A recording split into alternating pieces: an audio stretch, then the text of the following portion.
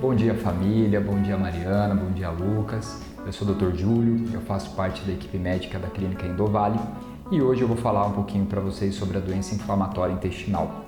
As doenças inflamatórias intestinais elas são divididas principalmente em 3 tipos, que são a retocolite ulcerativa, a doença de Crohn e as colites indeterminadas.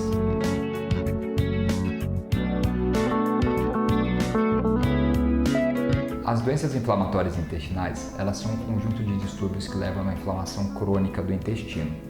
Elas são divididas em diversos sintomas que são usuais entre as duas, tanto a retocolite como a doença de Crohn, são dores abdominais, urgência evacuatória, por vezes uma sensação de esvaziamento incompleto do intestino e existem particularidades entre uma e outra. A retocolite ulcerativa, por ela envolver principalmente o reto, por isso chamada de retocolite ulcerativa, ela envolve o reto e o intestino grosso principalmente.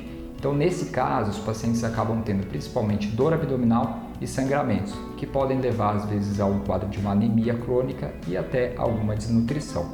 Já no caso, a doença de Crohn pode causar algumas alterações diferentes da retocolite.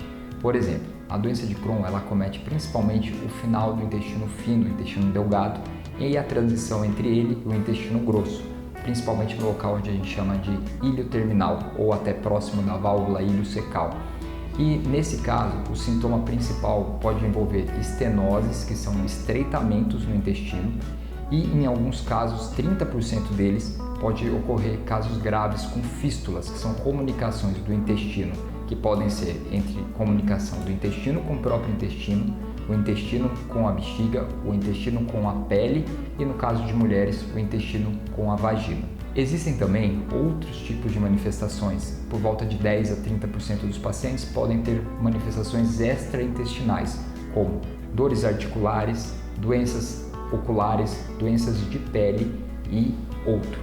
E falando um pouco sobre a epidemiologia, quantas pessoas são acometidas no mundo, doutor? Pasmem, mas por volta de 5 milhões de pessoas no mundo são acometidas pela doença inflamatória intestinal. No Brasil, o estudo mais recente, que é inclusive do SUS, pegou uma base de dados de 212 mil pacientes e entre eles o que foi visto é que houve uma prevalência, um aumento dela em 15% nesses últimos 9 anos. Então por isso que a gente tem utilizado e tem falado sobre esse tema com muita predominância, porque ele tem crescido cada vez mais e acometendo principalmente pacientes em fases bimodais da vida, pacientes entre os 15 anos até os 45 anos, inclusive pacientes entre 60 e 70 anos também.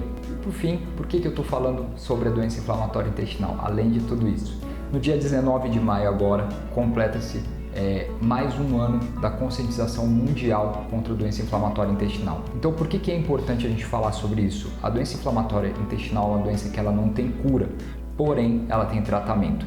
Então, a gente considera o dia 19 como o Maio Roxo e nisso a gente busca a prevenção dos sintomas, principalmente para evitar a progressão da doença nos pacientes, para atingirem a forma grave e manterem um período de remissão muito maior. Bom, e se você tem alguma dúvida, pode entrar em contato com a nossa rede social, a Clínica Endovale, e no próximo programa falarei sobre causas, tratamentos e diagnósticos. Até lá!